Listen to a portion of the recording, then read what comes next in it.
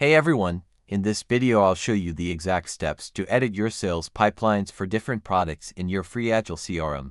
First, go to Deals in the left menu. At the top, look for Pipeline Settings or Manage Pipelines. Click it.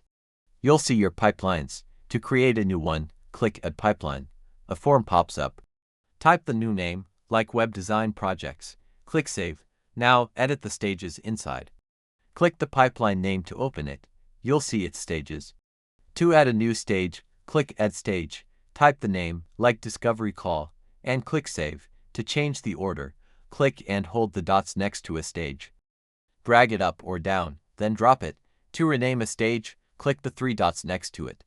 Choose Edit and type the new name. Finally, assign a deal to this pipeline. Go to the main deals page, create a new deal. You'll see a pipeline drop-down. Click it and select your new pipeline, like Consulting Services. And that's it. You've created a custom pipeline and added stages. If this helped you organize your sales, please like and subscribe for more. See you in the next video.